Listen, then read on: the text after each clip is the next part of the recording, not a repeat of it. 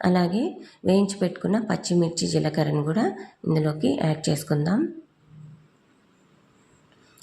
ఇప్పుడు కొద్దిగా ఒక 4-5 దాకా వెల్లుల్లి రెబ్బల్ని యాడ్ చేసుకుందాం. అంతేనండి, మెత్తగా కాకుండా కొద్దిగా కోర్స్గా బ్లెండ్ చేసుకోవాలి ఈ పేస్ట్ని.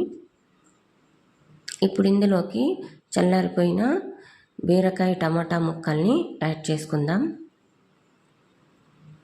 చల్లారిపోయినాయండి ముక్కలు. ఇప్పుడు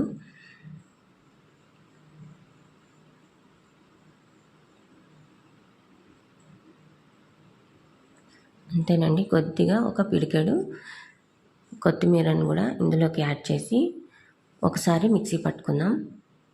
ఇప్పుడు ఒక అరముక్క దాకా ఉల్లిపాయ ముక్కని కొద్దిగా సన్నగా తరుక్కొని ఒకసారి ఈ మిక్సర్లో వేసి కోర్స్గా బ్లెండ్ చేసుకోవాలి. మరి